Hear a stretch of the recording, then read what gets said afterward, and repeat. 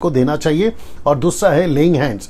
तो ये सभी क्या विश्वासियों के लिए प्रार्थना करना सही है? दूसरा, क्या प्रार्थना निवेदन किसी को देना, वो चाहे पर्सनल पास्टर का हो या पास्टर के पास हो या चर्च में हो या नाइट प्रेयर में हो या फास्टिंग प्रेयर में हो या ग्रुप प्रेयर में हो, ऐसा या नेशनली या इंटरनेशनली, या किसी मैन ऑफ गॉड को पैसे देकर या उसको ऑफरिंग देकर किसी को प्रार्थना पहुंचाना, क्या ऐसा कुछ हम कर सकते हैं? Question mark. दूसरा, लेइंग हैंड्स, क्योंकि आजकल ये बहुत जोरों से चल रहा है, छोटे चर्चेस में चल रहा है, बड़े चर्चेस में चल रहा है, हाउस चर्चेस में चल रहा है, मेगा चर्चेस में चल रहा है, कॉन्सर्ट्स में चल रहा है, कॉन्फ्रेंसेस में चल रहा है, कन्वेंशंस में चल रहा है, क्रूसेड्स में चल रहा है, नेशनली चल रहा है, इंटरनेशनली चल रहा है, आपके जो है फेसबुक पे चल रहा है, यूट्यूब पे चल रहा है। तो ये जो लेइंग हैंड्स है, क्या ये हम कर सकते हैं? Question mark. तो इन सभी का जवाब अभी आपको मिलने जा रहा है। साथ ही साथ मैं आपको ये भी बता दूं कि पास्टर डैनियल राज ऐसा कोई स्टेटमेंट नहीं देता हूं और ना ही दूंगा कभी जो बिब्लिकल नहीं है, कॉन्टेक्स्ट में नहीं है। मैं फिर से कहता हूं, मैं जब भी कोई स्टेटमेंट देता हूं या फिर किसी भी बात को रखता हूं पब्लिकली मसीह समाज के अंदर, तो उसकी पूरी तैयारी के साथ करता हूं। और मैं साथ में आपको ये भी बता दूं कि मैं हर तरह का जो ट्रांसलेशन है जो हुआ है उसको स्टडी करता हूं, वो चाहे हिंदी हो, इंग्लिश हो, ग्रीक हो, हिब्रू हो, जूइश हो, द मैसेज हो, इन सभी ट्रांसलेशंस को, जॉन वाइक्लिफ या किंग जेम्स वर्जन या न्यू और या ओल्ड, उन सभी को स्टडी कर कम से कम 15 से 20 ट्रांसलेशंस को स्टडी करके फिर मैं नोट्स बनाता हूं और आपके बीच में रखता हूं। तो मैं वापस कहता हूं कि ऐसा कोई स्टेटमेंट, चाहे वो पहले दिन का हो या आज का हो या यस्टरडे का हो, मैं हर एक स्टेटमेंट जो है विदाउट स्टडी नहीं देता हूं। तो बिल्कुल ध्यान से सुनिएगा। वापस आता हूं, क्या विश्वासियों के लिए प्रार्थना करना सही है? दूसरा, या विश्वासियों ने अपनी प्रार्थना निवेदन किसी को देना चाहिए, वो चाहे चर्च में हो, पास्टर को हो या नाइट प्रेयर में हो। तीसरा, लेइंग हैंड्स, मतलब हाथ रख के प्रार्थना करना, जो कि आजकल बहुत तेजी से चल रहा है ना। मैं फिर से कहता हूं, जो स्टेटमेंट या जो आंसर अभी मैं दूंगा उसको बिना स्टडी किए मैं नहीं देता। मेरा स्टेटमेंट है, मेरा आंसर है, क्रिस्टल क्लियर आंसर है, बिग नो। मतलब आपको प्रार्थना निवेदन नहीं देना है, आपको दूसरों से प्रार्थना नहीं कराना है, लेइंग हैंड्स आपको नहीं कराना है। किसको? एक विश्वासियों को। किसको? जो विश्वासी बन जाता है। कैसे? आइए देखते हैं। मैं रिपीट करता हूं, मेरा आंसर है, क्रिस्टल क्लियर आंसर है, बिग नो, नहीं। ऐसा क्यों? इसको सुनना ज़रूरी है ना। अभी कुछ लोग जल्दबाजी करते हैं, वो चाहे फेसबुक हो या यूट्यूब पे, वो क्या करते हैं, इतना सा एडिट करेंगे और कहेंगे कि डैनियल राज ने ऐसा ऐसा कहा है, इसलिए वो फॉल्स प्रीचर है या फॉल्स टीचर है, उसकी मत सुनो। कुछ बकवास की चीज़ें मैं कल सुन रहा था, किसी ने कहा कि पास्टर डैनियल आप जो हैं 10 कमांडमेंट्स को नहीं मानते हैं, या डैनियल राज जो है वो 10 कमांडमेंट्स को नहीं मानता है और उसकी वीडियो मत पोस्ट करो। ऐसा कुछ विचित्र लोगों ने डाला है। अब मैं उनको भी कहूँगा और जिन तक ये पहुँचता मैं उनसे भी कहूंगा, उस वीडियो को पूरा देखिए। आधा देखा हुआ और आधा सच उतना ही खतरनाक है जितना कि आत्महत्या करना। जी, मैं आपको वापस कहता हूं, पूरा देखिए और ठीक से समझिए, और उसके बाद आप जो है कोई नतीजे पर आइए। और मुझे पता है कि लूसीफर को बड़ी तकलीफ हो रही है इस प्रोग्राम से। पता है क्यों? क्योंकि सच उजागर हो रहा है और सच पे से पर्दा उठ रहा है। तो वो जो है मेरे अगेंस्ट में, या मसीह जो शिक्षाएं देते हैं हम जैसे लोग, उसके अगेंस्ट में वो बाहर के अविश्वासी को नहीं खड़ा करेगा। मैं उनका नाम तो नहीं लूंगा, उनको नहीं खड़ा करेगा। आप जानते हैं मैं किसकी बात कर रहा हूं, लेकिन वो मसीहों को ही विरोध में खड़ा करेगा। ये बात यीशु के टाइम से चली आ रही है, पतरस के साथ होती चली आ रही है, जब उनके साथ होती चली आ रही है। तो डैनियल राज क्या चीज़ है? मैं पहले से प्रिपेयर हूं और मुझे इस रद्दी भर भी असर नहीं पड़ता ऐसे किसी व्हाट्सएप मैसेजेस का। वो चाहे नागपुर से फैलाओ, वो चाहे पूना से फैलाओ, वो चाहे आप कहीं से भी फैलाओ, मुझे उसका कोई फर्क नहीं पड़ता, अनटिल अनलेस मैं सही हूं। ठीक है ना। मैं वापस कहता हूं कि विश्वासियों को विश्वासी बनने के बाद प्रार्थना निवेदन कराना है या नहीं, लेइंग हैंड्स होना है या नहीं, मेरा क्रिस्टल क्लियर आंसर है, बिग नो। मैं रिपीट करता हूं, नहीं कराना है। अब आइए सुनते क्यों। अब मेरा ये प्रचार, बड़े ध्यान से सुनिएगा, यहां सब ठीक है। अब मेरा ये प्रचार मिल्क ड्रिंकिंग क्रिश्चियंस के लिए नहीं है। कितने लोग जुड़ गए? 265। वंडरफुल। मैं उन सभी से कहना चाहता हूं जो 265 लोग अभी जुड़े हैं, आप सभी से रिक्वेस्ट है कि शेयर करते जाइए, खूब शेयर करिए ताकि लोग जुड़ते चले जाएं। ठीक है ना। कल 450 लोग ऑनलाइन देख रहे थे, मैं उसके लिए परमेश्वर का धन्यवाद देता हूँ। बट मैं चाहता हूँ कि मसीह समाज में, भारत में बहुत सारे लोग हैं, उन तक भी ये सच्चाई पहुँचे। वापस कहता हूँ कि मेरा प्रचार अभी जिसको मैं कर रहा हूँ, ये टॉपिक और मेरे बहुत सारे टॉपिक जो है, मेरे बहुत सारे जो टॉपिक हैं वो जो हैं मिल्क ड्रिंकिंग क्रिश्चियंस जो है वो नहीं बर्दाश्त कर सकते, उनको हजम नहीं होगा, उनको डाइजेस्ट नहीं होगा, क्योंकि उनके सो कॉल्ड पास्टर्स, उनके सो कॉल्ड फेवरेट प्रीचर्स, उन्होंने जो जो पट्टी पढ़ा के रखा है उनके दिमाग से वो हटने में टाइम लगेगा। और ऐसे लोग जो है जब सच्चाई को हम बताते हैं वो स्वीकार नहीं कर सकते। परमेश्वर उनको देखेगा, परमेश्वर जब उनकी आँख खोलेगा, उनकी आँख खुलेगी ना, और ना ही वे मेरे प्रचार को समझेंगे। सो मिल्क ड्रिंकिंग क्रिश्चियंस के लिए मेरा प्रचार नहीं है, और मैं उनसे रिक्वेस्ट करता हूं बेहतर है कि आप ना देखें, और अगर आप देख रहे हैं तो अपने आप को सुधारें, ठीक है ना। ना इसको देखिए, एक नया जन्म पाने के बाद हम कौन हैं, अगर ये समझ लोगे तो किसी से प्रार्थना निवेदन या प्रार्थना नहीं कराओगे। मैं रिपीट करता हूं कि नया जन्म पाने के बाद आप कौन हैं या हम कौन हैं, अगर ये समझ लोगे तो किसी से प्रार्थना नहीं कराओगे।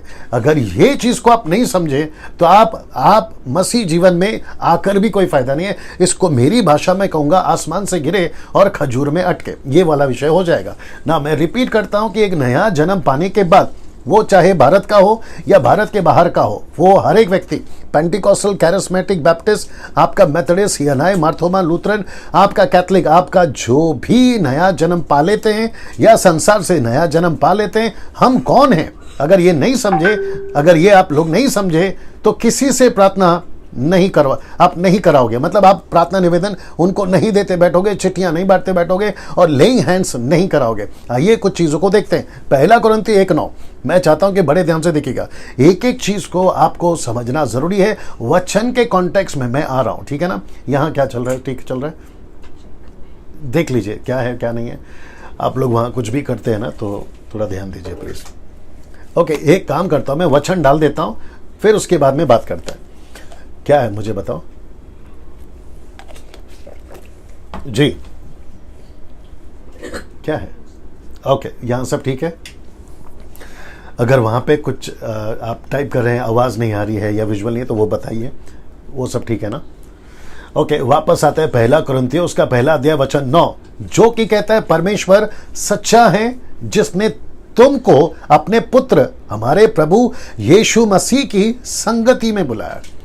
तो इसका मतलब है कि एक विश्वासी को, दास दासी, बेटा बेटी, पुरुष स्त्री, लड़का लड़की, वो जो भी मसीह में है, परमेश्वर में है, अगर वो यीशु में है, उनका उद्धार हो गया है, तो उनको किसकी संगति में बुलाया है? यीशु की संगति में, परमेश्वर की संगति में, एलोहिम की संगति में, ट्रायून गॉड की संगति में। इसका मतलब है कि आपको संगति किससे करना है, आपको यह समझना। इसलिए मैंने कहा कि अगर कोई नया जन्म पाया है तो उसको क्या करना है, उसको समझना है कि मैं कौन हूं। अगर वो समझ जाता है तो वो प्रार्थना निवेदन नहीं देता बैठेगा या नहीं देगा किसी को भी। क्यों? क्योंकि वो समझ जाता है कि उसका उद्धार, उसकी बुलाहट, उसका जो प्रभु यीशु में नया जन्म हुआ है, वो यीशु के साथ संगति करने के लिए ना। इसको देखिए, यूहन्ना 3 अध्याय वचन 5 और 6 क्या कहता है, बड़े ध्यान से देखिएगा।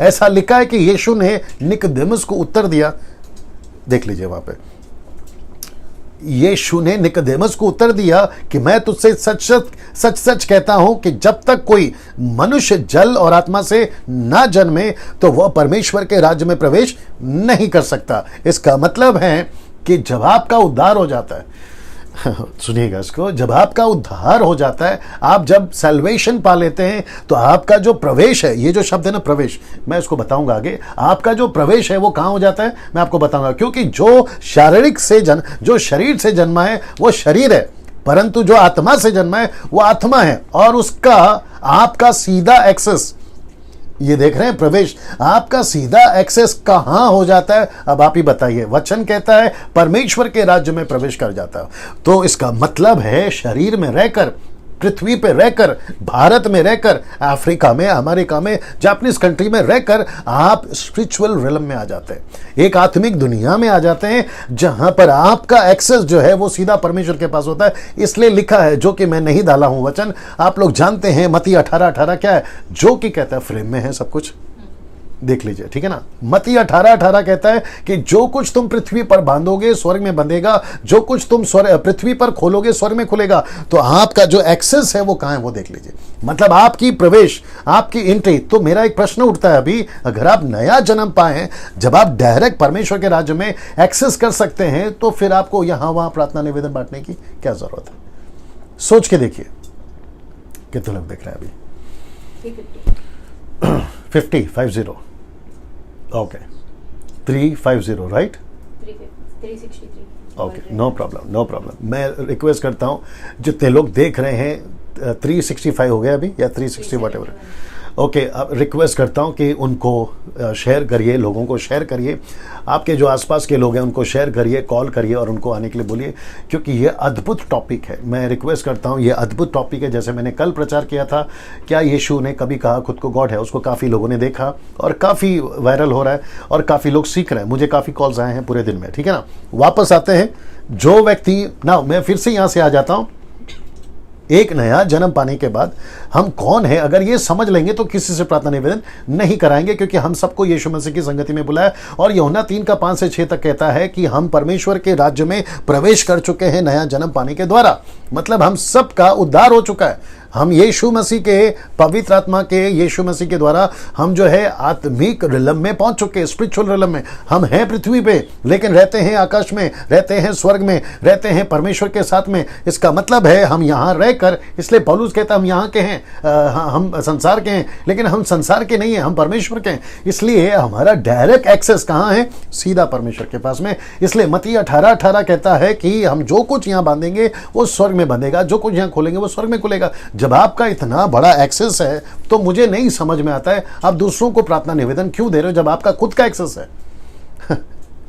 मैं कैथलिक बैकग्राउंड से आता हूं। हमारे कैथलिक में क्या होता है मैं आपको बताता हूं। जब हमको प्रार्थना करनी होती है तो हम संतों को ढूंढते हैं, या ढूंढते थे। मैं तो खैर अभी है ना सत्य को जान चुका हूं, लेकिन हमारी जो 4 पीढ़ी है वो कैथलिक थी और हमको यही सिखाया गया था बचपन में कि आपको संतों के द्वारा परमेश्वर के पास पहुंचना है। मरियम के द्वारा आपको स्वर्ग में पहुंचना है या परमेश्वर के पास पहुंचना है, रोजरी के द्वारा आपको पहुंचना है, या फादर जो होता है जाली के उस तरफ, हमें उनके पास में जाकर अपनी सारी प्रार्थना निवेदन करवानी होती है या उनसे कहना होता है, तब जाकर हमको माफी मिलती है क्योंकि वो प्रार्थना करता है। अब ये कॉन्सेप्ट कहां से आया मुझे नहीं मालूम, ये टोटली नॉन बिब्लिकल है, बाइबल के अंदर ऐसा कुछ नहीं, ये बात तो तय हो गई।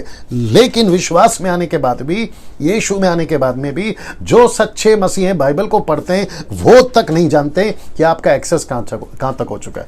तो मैं फिर प्रश्न उठाऊंगा कि जब आप प्रभु में हैं, यीशु में हैं, जब आप यीशु में आ चुके हैं, तो फिर आप दूसरों को अपना प्रार्थना निवेदन क्यों देते हो, प्रार्थना क्यों करवाते हो? Laying hands after being a Christian, after being a born again, after filling with the Holy Spirit. आप खुद ही पावर हाउस हैं, आप खुद ही पवित्र आत्मा के लोग हैं, तो फिर आपका जब डायरेक्ट एक्सेस है तो फिर दूसरों से प्रार्थना क्यों करवाते हैं ना? इसको देखिए, हम मरकुस 16 के 17 वाले लोग हैं, 17 से 18 तक वाले लोग हैं। आइए देखते कैसे लिखा है। जो विश्वास करे, मतलब जो विश्वास करे बपतिस्मा ले, उन्हीं का उद्धार होता है, ठीक है ना। विश्वास करने वालों में ये चिन्ह होंगे। क्या चिन्ह होंगे? देखिए, कहता है वे मेरे नाम से दुष्ट आत्मा को निकालेंगे। कौन निकालेंगे? आप खुद, जिसका उद्धार हो गया। वचन 16:16 कहता है, अध्याय 16 वचन 16 कहता है, जो विश्वास करे बपतिस्मा ले उसी का उद्धार होगा। तो इसका मतलब है जिसका उद्धार हो गया, ये उसकी निशानी है कि वो सबसे पहले खुद दुष्ट आत्मा निकालेगा। बहुत ध्यान से सुनिएगा, ये आपको पता नहीं कितना हजम होगा, मैं नहीं जानता हूं। सबसे पहला, बड़े ध्यान से सुनिएगा, एक विश्वासी अगर एक दिन का विश्वासी हो, मैं उस तक को बोल रहा हूं, अगर जिस दिन उसने यीशु को अपनाया और या अगले ही पल से ये जो चीजें हैं उसके साथ में एक्टिव हो जाती हैं। जैसे आपने नया सिम खरीदा, आपने नया सिम कार्ड खरीदा, आपने उसको मोबाइल पे अपना चिप डाल दिया और आपका कंपनी में वो जैसे ही क्या कहते हैं उसको एक्सेस हो जाता है, या फिर है ना टैली हो जाता है, या फिर वो जुड़ जाता है, या कंपनी उसको एग्रीमेंट कर देती है और आपका जितना भी बेनिफिट है, जहां चाहो कॉल लगाओ, जिसको चाहे मैसेजेस करो, तो वो एक्टिवेट हो जाता है। अब आप ये नहीं पूछ सकते चिप से, सिम कार्ड से, अरे तुम तो पहली बार आए हो, अरे तुम तो नए हो। नो, वो सिम कार्ड चाहे नया हो पुराना हो, वो एक्सेस हो जाता है, एक्टिवेट हो जाता है कंपनी की तरफ से। वैसे ही एक विश्वासी, हम और आप जो हैं, प्रभु यीशु मसीह में आने के बाद में एक्टिवेट हो जाते हैं डायरेक्ट स्वर्ग से।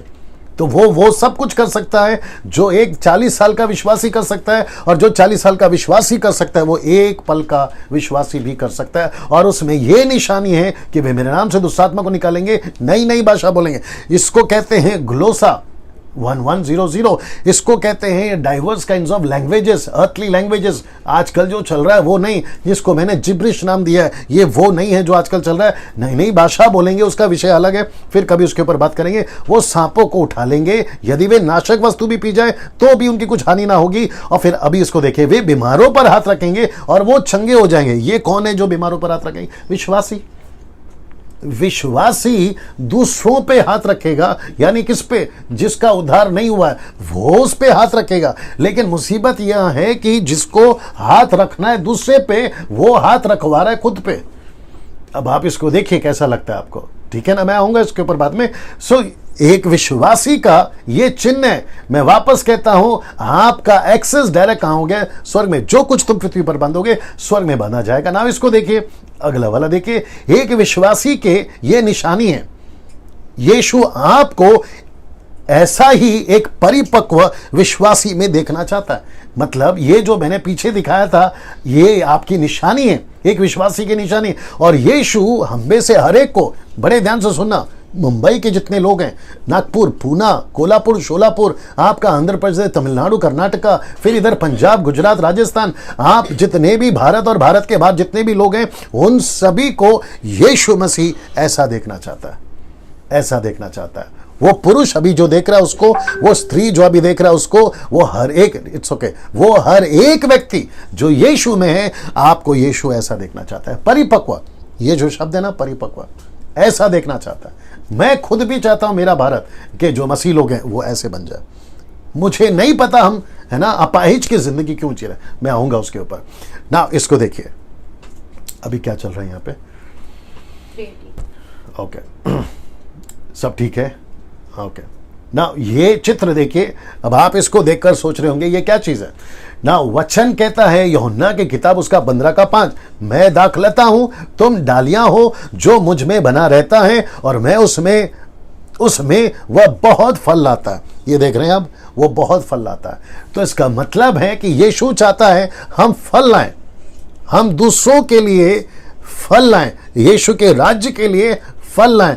हम ऐसे विश्वासी हो जो प्रभु के राज्य को बढ़ा रहे हैं। लेकिन दिक्कत की बात यह है, फल लाने के बजाय हम खुद ही फल खा रहे हैं दूसरों के द्वारा। और तीसरी बात इसको भी देख लीजिए, यूहन्ना 15:5, यानी कि जो अभी मैंने पढ़वाया था उसी का ये पार्ट भी है, जो कि कहता है क्योंकि मुझसे अलग होकर तुम कुछ नहीं कर सकते। इसका मतलब है यीशु के साथ संगति करो, यीशु के साथ में आपका फेलोशिप को बढ़ाइए। और यीशु कहता है कि अगर मुझसे प्रार्थना नहीं करोगे, किसी और से प्रार्थना करवाओगे, तो ये वचन कहता है फिर मुझसे तुम अलग हो गए। और जब तुम मुझसे अलग हो गए तो तुम कुछ नहीं कर सकते। तो आपको डायरेक्ट किससे प्रार्थना करना है? यीशु से। इसलिए वचन कहता है कि तू मुझसे अलग होकर तो कुछ नहीं कर सकता। मैं रिपीट करता हूं, अगर ऐसा कोई नहीं सिखाता है, वो चाहे कहीं का भी पास्टर हो, बाइबल टीचर हो, कन्वेंशन स्पीकर हो, अगर वो ये चीजें नहीं सिखा रहे, तो मेरा प्रश्न है कि फिर वो सेवक किस काम के?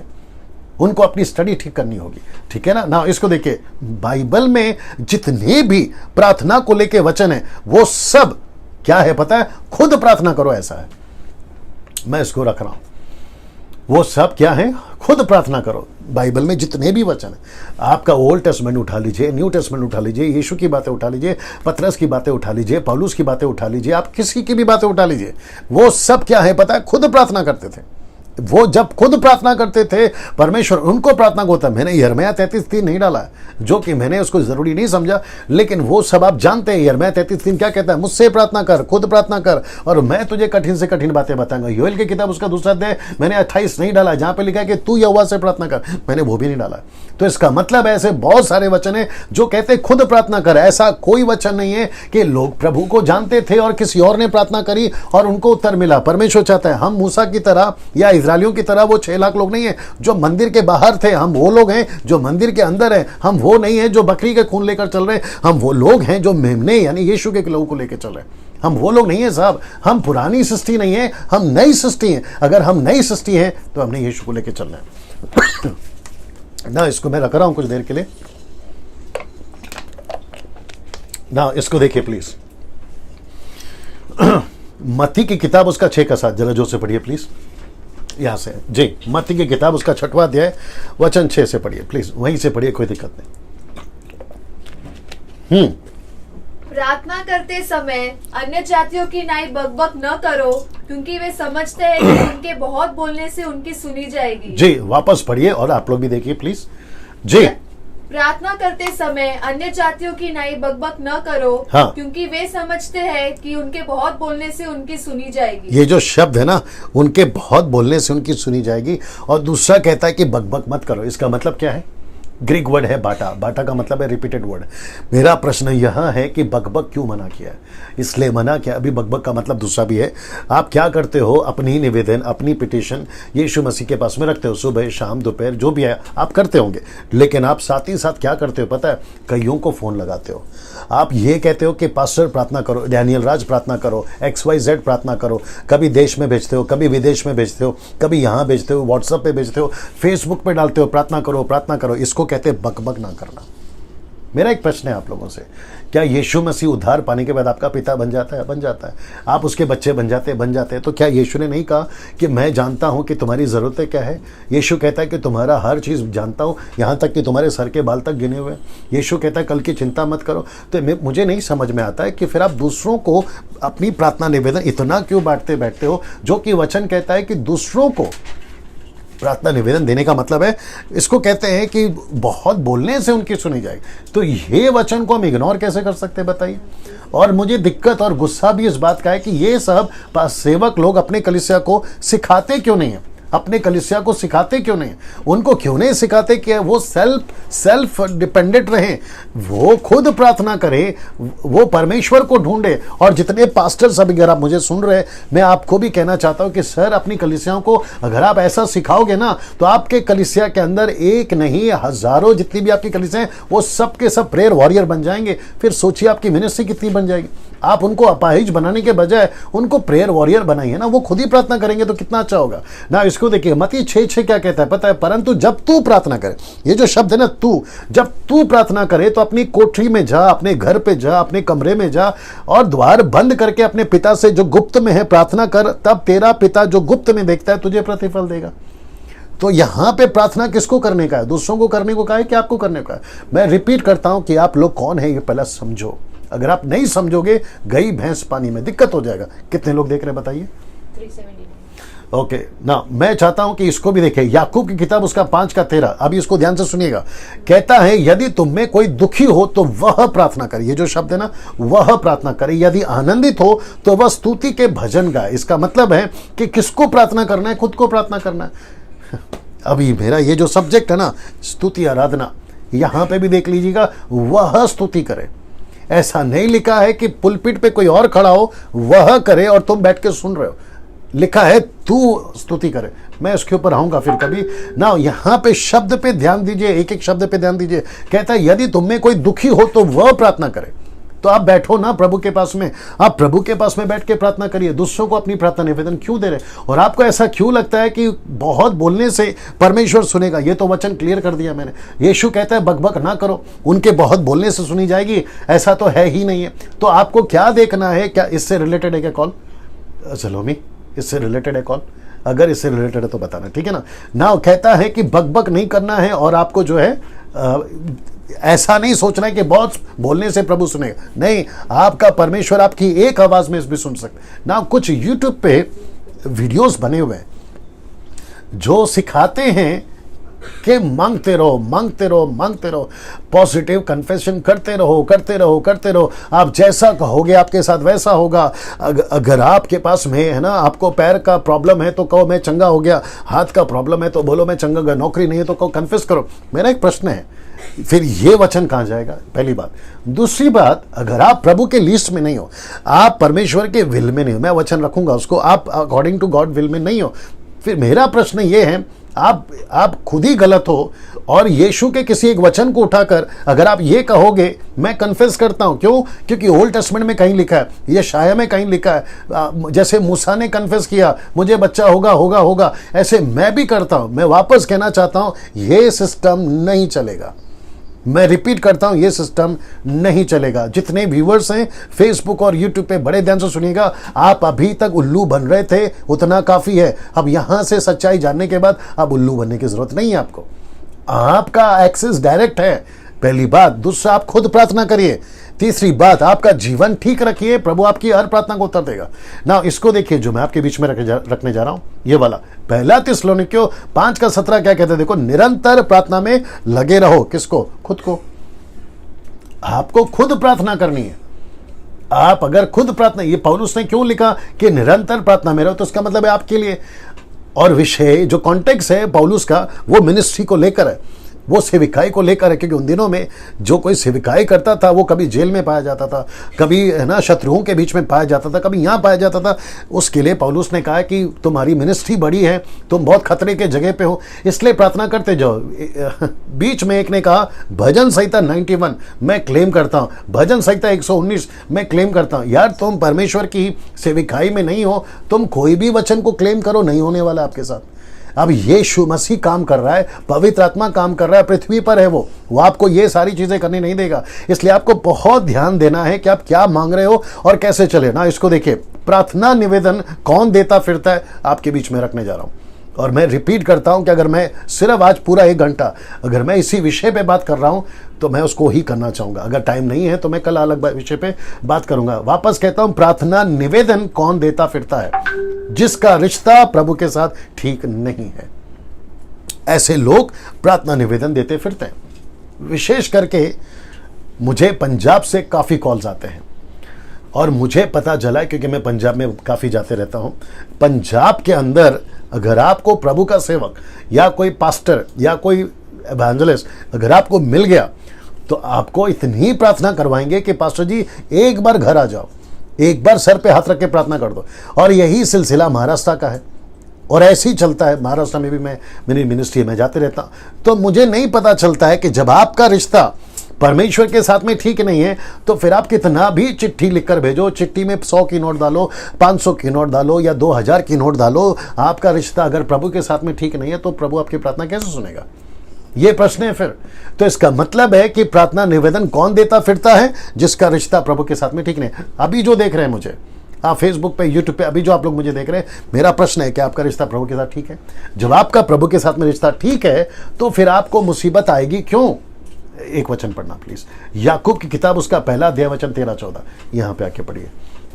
यहां पे क्या चल रहा है? 404 ओके। इसका मतलब है कि 400 से ज्यादा लोग अभी देख रहे हैं। मैं उन सभी को रिक्वेस्ट करता हूं, अगर आपने अभी तक शेयर नहीं किया है ये प्रोग्राम को शेयर कर दीजिए ताकि लोगों तक पहुंचे।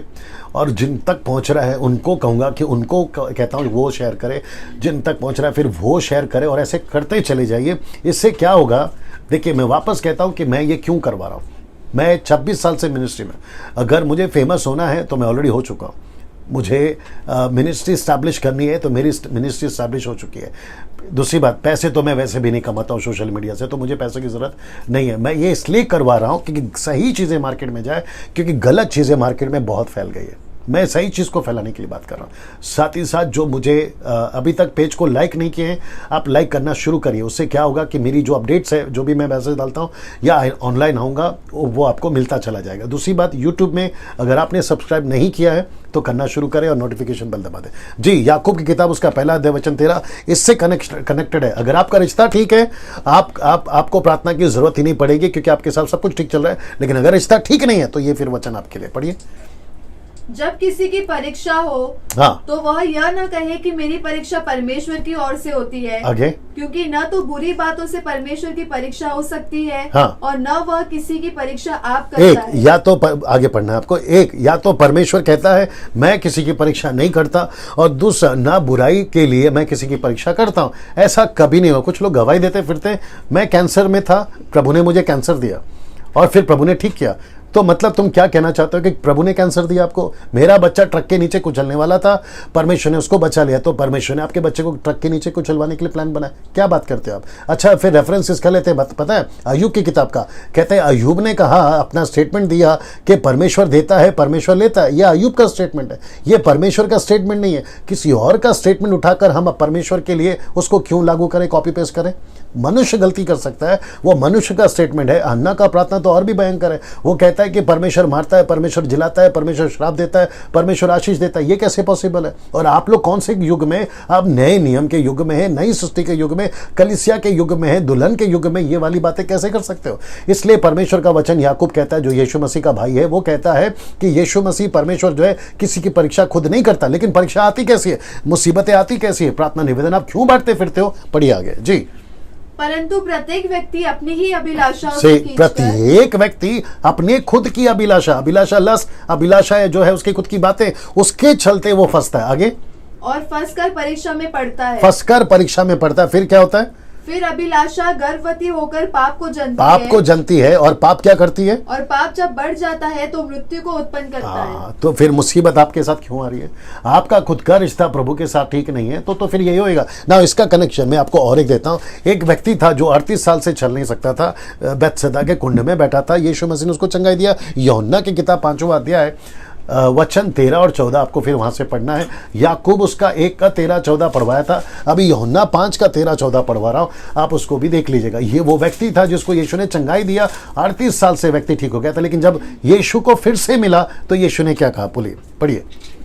परंतु जो चंगा हो गया था वह नहीं जानता था कि वह कौन है। यीशु कौन है? क्योंकि यीशु को बारे में उसको पूछा कि भाई तुझे किसने ठीक किया, तो वो कहता मैं नहीं जानता। आगे, क्योंकि उस जगह में भीड़ होने के कारण यीशु वहां से हट गया था। आगे, इन बातों के बाद वह यीशु को मंदिर में मिला। यीशु को ये व्यक्ति मंदिर में फिर मिला। यीशु ने क्या कहा सुनिए जी। यीशु ने उससे कहा जी, देख तू चंगा हो गया है। एक मिनट, तू अभी ठीक है, आपका उद्धार हो चुका है। आगे, फिर से पाप मत करना। एक मिनट, क्या नहीं करना? फिर से पाप नहीं करना। आगे, ऐसा ना हो कि इससे कोई भारी विपत्ति तुझ पर आ पड़े। सीधा आपका रिश्ता ठीक नहीं है और आप प्रार्थना निवेदन बांटते घूम रहे हो। आपका रिश्ता प्रभु के साथ अच्छा नहीं है और आप कहते हो कि पास्टर जी प्रार्थना करो। और विचित्र चीज क्या मालूम है? थैंक यू, बैठ जाइए। विचित्र चीज क्या पता है? जब आप कोई प्रोग्राम में जाते हो, कन्वेंशन में जाते हो, आप किसी एक्टिविटीज में जाते हो, मसीह एक्टिविटीज में जाते हो, और वहां का सो कॉल्ड प्रॉफिट, वहां का so called man of God, वहां का so called servant of God, वो क्या करता है पता है? आपको कहता है कि मैं परमेश्वर का दास है ना, आपको प्रभु जो है दुबई भेज रहा है, अमेरिका भेज रहा है, आपको परमेश्वर बिजनेस दे रहा है। अरे यार, तुम्हारा रिश्ता ठीक नहीं है, ऊपर से परमेश्वर आपको ये सारे चीजें देते बैठेगा। या तो फिर जितना वचन मैंने अभी पढ़ा है वो सब गलत है। फिर मत्ती का 12 का 43 मैंने नहीं पढ़वाया, जहां लिखा है कि दुष्ट आत्मा अगर किसी में से निकल जाती है तो अपने से भी बुरी आत्माएं लेकर आती है साथ, और वो उसमें बैठकर उसकी हालत पहले से ज्यादा खराब करती है। फिर ये क्या है? ये भी तो बताइए ना। और इफिसियों का 2 का 1 नहीं पढ़वाया, जहां पर यह लिखा है कि जो परमेश्वर की आज्ञाओं को नहीं मानता है, ऐसी कुछ स्पिरिट्स हैं जो आकाश के अंदर है, वो उनके अंदर आ जाती हैं, जो उनको तकलीफ देती हैं। तो मैं फिर से कहता हूं, पंजाब, गुजरात, पूना, मुंबई, नागपुर, कोल्हापुर, शोलापुर, आप पूरे भारत के 29 राज्य या कहीं से भी आप मुझे सुन रहे हैं, सबसे पहला अपना रिश्ता ठीक करो। मैं रिपीट करता हूं, अपना रिश्ता ठीक करो। जब तक आपका रिश्ता ठीक नहीं है प्रभु के साथ में, आप प्रार्थना निवेदन कितना भी बांटो, देखो सप्लाई कहां से आएगी? प्रभु से आएगी। तो पहला प्रभु के साथ रिश्ता ठीक करो ना, बाकी आपको किसी से प्रार्थना निवेदन करवाने की जरूरत ही नहीं पड़ेगी। मैं वही तो समझा रहा ना। इसको देखो, रिश्ता क्यों नहीं ठीक है और क्या चीजें करते हैं। देखिए, ना चेला बना रहे हैं, ना सुसमाचार सुना रहे हैं, ना उसका राज्य बढ़ा रहे हैं, और ऊपर से प्रार्थना निवेदन दे रहे हैं। मुझे कॉल आया था, बताऊंगा नहीं कहां से आया था, मुझे एक फोन आया था सर, बड़े ध्यान से सुनिए।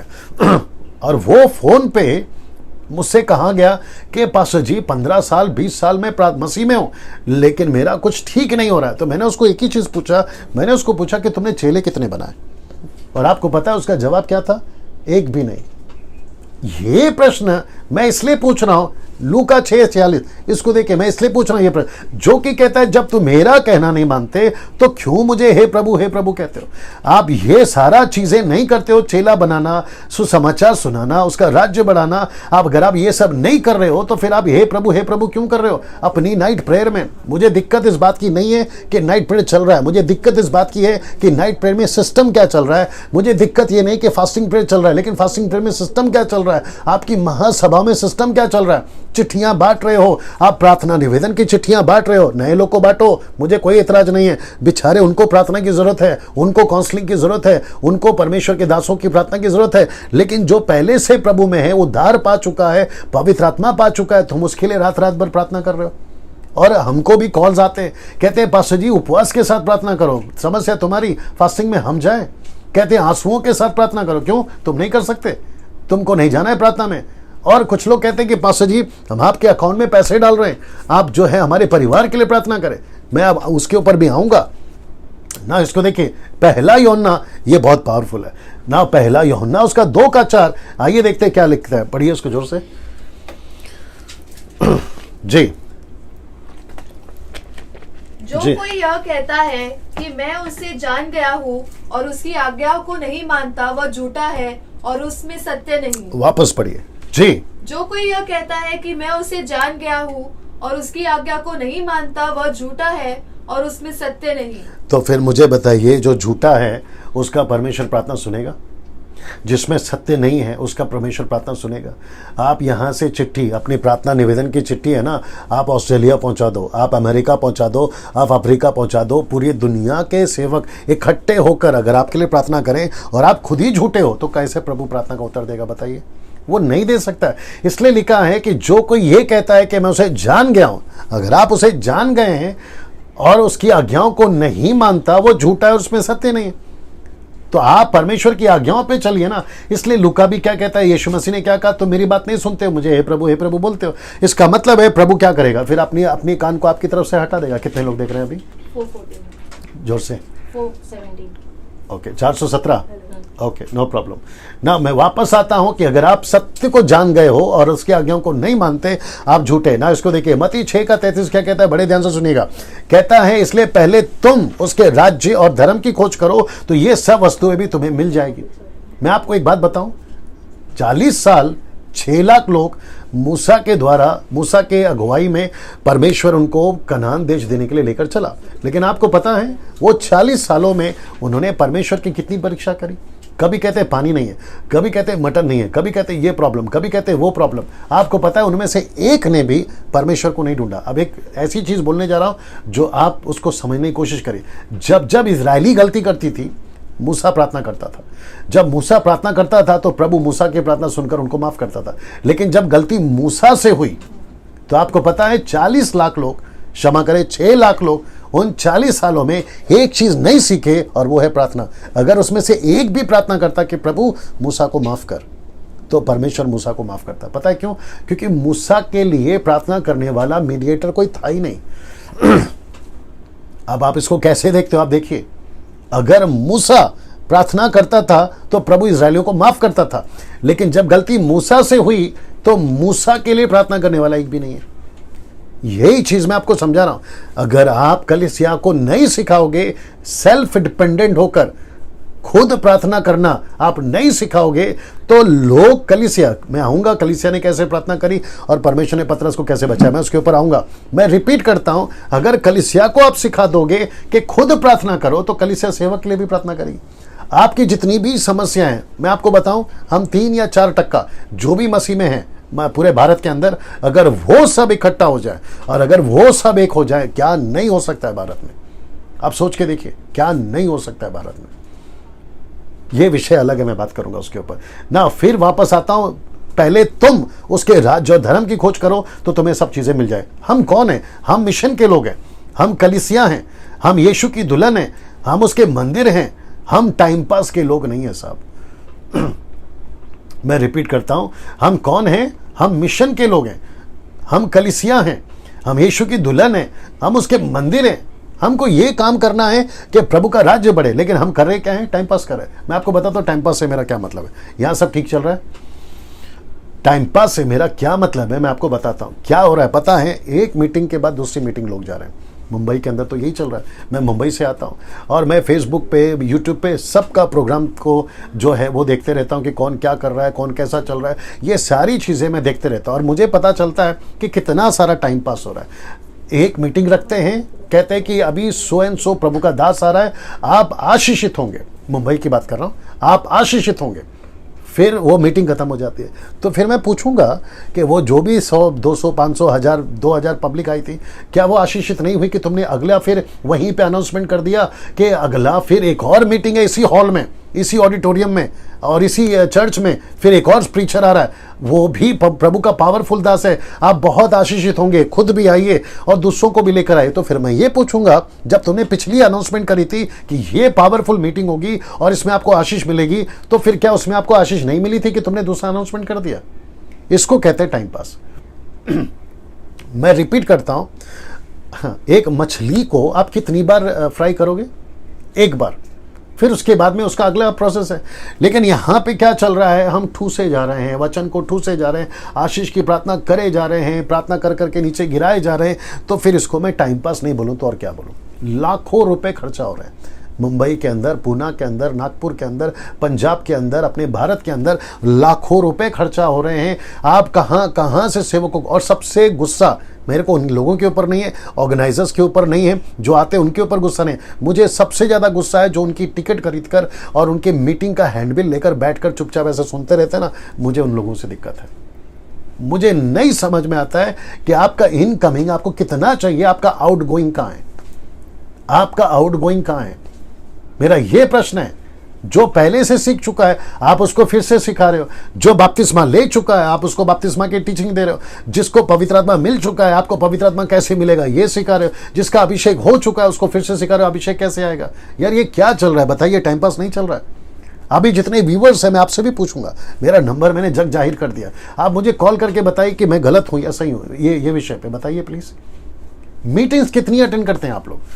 मीटिंग अटेंड करने के बजाय आप ऐसे बन जाइए कि गांव कितना है भारत में, कम से कम 7 लाख गांव है साहब, 7 लाख गांव महाराष्ट्र के अंदर। अगर मैं गलत नहीं हूं, मेरा कैलकुलेशन जो मैंने कर चुका हूं, 43,000 प्लस विलेजेस हैं भारत के अंदर। कितने सारे लोग हैं भारत के अंदर, कितने सारे लोग हैं जिनको अभी तक सुसमाचार नहीं मिला है। तो ये बैठे बैठे टाइम पास करने से अच्छा है मैं वर्शिप कॉन्सर्ट जो करते हैं ना, मैं उनके पास में भी आ रहा हूँ। आप लोग जो मुंबई से वर्शिप कॉन्सर्ट करते हैं, पंजाब से करते हैं, नागपुर से करते हैं, पुणे से करते हैं, आंध्र प्रदेश से करते हैं, बेंगलोर से करते हैं, मैं उन सभी और जितने म्यूजिशियंस नो नंबर है, हाँ ओके, मैं उनको भी पूछना चाहूँगा। मुझे नहीं समझ में आता है कि आप लोग जो जाके मीटिंग अटेंड करते हो, गाना गाते रहते हो, म्यूजिक बजाते रहते हो, आप कर क्या रहे हो? इंटरटेन कर रहे हो? सोच के देखिए, आप प्रभु के बुलाए हुए हैं। आपका उद्धार जिस दिन हुआ था ना, जितने वर्शिपर है आप इस ध्यान से सुनो, क्योंकि मैं 20 साल वही कर चुका हूं और मैं अच्छे को जानता हूं और अच्छे मुझे भी जानते हैं। मैं उन सभी को पूछना चाहूंगा, जिस दिन आपका उद्धार हुआ था आपने प्रभु से क्या वादा किया था? आपके लिए जीऊंगा, आपके लिए मरूंगा। बानी का बपतिस्मा लेते वक्त में आपने यही कहा था ना कि तेरी मर्जी पे चलूंगा। वो आज मर्जी कहां गई? आपको 4 लोग पहचानने लगे और कुछ लोगों ने तो अपने आप को बेच तक दिया है, वर्शिप के नाम पे बेच दिया है कुछ लोगों ने। और कुछ लोग कहते हैं कि हम जो कर रहे हैं ये परमेश्वर की मर्जी पे चल रहे हैं। आप परमेश्वर की मर्जी पे नहीं, आप टाइम पास कर रहे हो साहब, आप टाइम पास कर रहे हो। जब ऐसी बातें करता हो तो लोगों को तकलीफ होती है। मेरा आज बात करना आपको तकलीफ दे सकता है, लेकिन अगर नहीं सुधरे ना तो न्याय के दिन आपको जो तकलीफ होगी वो तो बयान से बाहर है साहब। मैं बीच में बोला था ऐसे लोग हैं जिनको खूब मार पड़ने वाली है न्याय के दिन। आपको उससे बचाने के लिए अगर ये प्रयास है तो आप उसको सुधर जाइए ना। मैं वापस कहता हूं कि ये मिशन छोड़कर आप बाकी सारा काम कर रहे हैं जो आपको दिया गया है। इसलिए प्रार्थना निवेदन लेना देना करना या करवाना बंद करिए। मैं रिपीट करता हूं, प्रार्थना निवेदन लेना देना करना करवाना आपको बंद करना। अभी जितने मुझे जो सुन रहे हैं, आप कम से कम आज 4था दिन है, 3 दिन से और आज का 4था दिन, आप जो मुझे सुन रहे हैं और पिछला जो मैंने प्रोग्राम किया था पार्ट 1 आस्क डैनियल राज प्रोग्राम, उसमें से आप जितने भी मुझे जानते हैं मुंबई से, मुंबई के बाहर, मैं उन सभी को, अगर आप मुझे सुनकर कन्विंस हुए कि यस पास्टर डैनियल आप डॉक्ट्रियंस जो है आपका जो सिद्धांत है वो सही है, कॉन्टेक्स्ट में बात कर रहे हैं, मैं उन सभी को कहना चाहता हूँ कि अभी के बाद से किसी को प्रार्थना निवेदन देना, जो अगर आप देते थे तो देना बंद कर दीजिए, मत दीजिए किसी को प्रार्थना निवेदन। खुद प्रार्थना करिए, खुद प्रार्थना करिए। अगर आपको प्रार्थना निवेदन देना है तो प्रार्थना निवेदन उस विषय पे दीजिए जो कि मैं बताऊंगा, लेकिन अभी मैं बता देता हूं कि कलीसिया बड़े पास्टर जी उसके लिए प्रार्थना करो, आत्माएं बचाई जाएं उसके लिए प्रार्थना निवेदन दीजिए। आप चिट्ठी लिख लिख कर दीजिए, मुझे कोई दिक्कत नहीं है। मेरा हाउस चर्च है उसको बढ़ने के लिए प्रार्थना करिए, ऐसे निवेदन दीजिए। मेरा सर दुख रहा है, मेरा पेट दुख रहा है, मेरा बिजनेस है, मेरा नौकरी है, मेरी वाइफ, मेरे बच्चे, मेरा माता पिता, मेरे अलाना फलाना, आप इसके लिए खुद प्रार्थना करिए। सर आपको दूसरों को प्रार्थना निवेदन देने की जरूरत नहीं है। जो लोग फेसबुक पे प्रार्थना करते हुए पाए जाते हैं उनमें से 90%, बड़े ध्यान से सुनना, जो लोग रात को 11 के बाद, खास करके साउथ अफ्रीका से, कुछ आंध्र प्रदेश से, कुछ कर्नाटक से और कुछ अपने महाराष्ट्र से या पंजाब से, पंजाब में भी गड़बड़ बहुत चल रहा है, जो लोग फेसबुक पे रात को 11 के बाद में प्रार्थना करते हुए पाए जाते हैं, मैं देखता हूं कुछ लोगों को, उसमें से 90% फेक होते हैं। मैं रिपीट करता हूं, फेक होते हैं। फेक से मेरा मतलब है, मैं अभी बताऊंगा उसको, आगे स्लाइड में बता देता हूं। फेक से मेरा मतलब है वे चर्च से निकाले हुए होते हैं, जो आते हैं आपके बीच में वो चर्च से निकाले हुए होते हैं, उनका खुद का जीवन प्रभु के साथ ठीक नहीं रहता, वे खुद व्यक्तिगत प्रार्थना में नहीं बैठते और खुले सांड की तरह घूमते रहते हैं। ये जो शब्द है ना, खुले सांड, आपको पता है ना, सड़क पे एक जो सांड होता है उसको क्यों छोड़ दिया जाता है? वो इसलिए छोड़ दिया जाता है क्योंकि वो किसी की सुनता नहीं है। ये ऐसे लोग हैं जो रात को 11 के बाद खुले सांड की तरह आपके फेसबुक पे आ जाते हैं। और आप जो भोले भाले हैं ना लोग, आप जो सिस्टर्स, खास करके महिलाएं, सबसे ज़्यादा बेड़ा गर्क आप महिलाओं ने किया है ना। आप लोग जब अब इनको सुनते हैं ना फेसबुक पे जो आता है, मैं तुम्हारे लिए प्रार्थना कर दूंगा, प्रभु मुझे अभी ये बता रहा है, कितने कॉल्स आए मेरे को जहाँ पे ये बोला गया है कि पास्टर डैनियल ऐसे लोग मिले हैं, कॉल करके बोलते हैं फेसबुक पे, मैसेंजर के ऊपर, फेसबुक के ऊपर कहते हैं कि आपके घर में दुष्टात्मा है, आपके घर में किसी ने जिंदा सुअर जादू करके गाड़ दिया है, अगर उससे आपको ठीक होना है तो आपको इतने पैसे देने होंगे। मुझे बताइए, ये लोग फेक नहीं है तो क्या है फिर? पहली बात मैं कहना चाहता हूं, आप लोग ऑनलाइन फेसबुक के ऊपर आते क्यों हो प्रार्थना निवेदन लेकर या प्रार्थना का बात करके? कुछ लोग कहते हैं कि मैं फ्री बैठा हूं, मुझे प्रार्थना निवेदन। अगर तुम इतने फ्री बैठे हो तो जाके चेला बनाओ ना, आप जाके कलीसिया को ट्रेन करो ना। आपकी जो चर्चेस है या जो भी आपके पास में 20-50 हज़ार 2,000 जो भी लोग हैं उनको ट्रेन करो ना, या फिर उनको शिक्षाएं दो। ये करिए। आप ये क्यों कहते हो कि अपनी प्रार्थना निवेदन मुझे दे दो, अभी मुझे कॉल करिए? तुमने बिजनेस खोल के रखा है क्या? मुझे अभी कॉल करिए, मुझसे आप जो है अपनी प्रार्थना निवेदन भेजिए। पुरुष तो पुरुष, अभी कुछ महिलाएं भी शुरू हो गई हैं, रात को आती हैं, कहती हैं कि प्रार्थना करो। और ये रात को इसलिए आते हैं क्योंकि इनको अच्छे से पता है कि कुछ लोग रात को सोते नहीं हैं क्योंकि उनको नींद नहीं आती और वो परेशानी में रहते हैं, परमेश्वर के साथ उनका रिश्ता ठीक नहीं रहता है, इसलिए वो वैसे ही बेचैन रहते हैं। तो ये झूठी तसल्ली, इसको कहते हैं इमोशनली ब्लैकमेल करना। ऐसे लोग आते हैं और उनसे पैसे हटते हैं, उनको कहते हैं कि अकाउंट में पैसे डालो, ये प्रेयर सीड है, प्रार्थना का बीज। उल्लू बनते जा रहे हैं आप लोग, कहते हैं प्रार्थना का बीज। न जाने कितने लोगों ने 10-10, 15-15 हज़ार रुपया इन लोगों को ऐसे ही दे दिया। अगर तुम इतने जेन्यून हो तो पैसे क्यों मांग रहे हो? अगर इतने जेन्यून हो तो ये क्यों कहते हो कि मैं प्रार्थना करूंगा? ये क्यों नहीं कहते कि तुम खुद प्रार्थना करो? मैं रिपीट करता हूं, तुम खुद प्रार्थना करो। ये क्यों नहीं सिखाते आप लोग? ये सीखना बहुत जरूरी है। इसलिए मैं इनको फेक कह रहा हूं। 10%, क्षमा करें, 90% ऐसे लोग हैं और 10% कुछ ऐसे लोग हैं जो सच्चे हैं, जिनको जो ये सिखाते हैं कि तुम खुद प्रार्थना करो। वे चर्च से निकाले हुए होते हैं, खुद का कोई जीवन उनके प्रभु के साथ ठीक नहीं रहता। वे व्यक्तिगत प्रार्थना में खुद नहीं बैठते, दूसरों के लिए प्रार्थना बड़ा अच्छा करते हैं लेकिन खुद प्रार्थना नहीं करते, व्यक्तिगत नहीं बैठते। वे खुले सांड की तरह घूमते रहते, कभी फेसबुक, कभी यूट्यूब, कभी इधर कभी उधर। ना इसको देखिए, इसको देखिए, आपका कोई भी प्रॉब्लम हो खुद प्रार्थना करो। मैं इसको कुछ सेकंड रख रहा हूं। अभी कितने लोग जुड़ गए?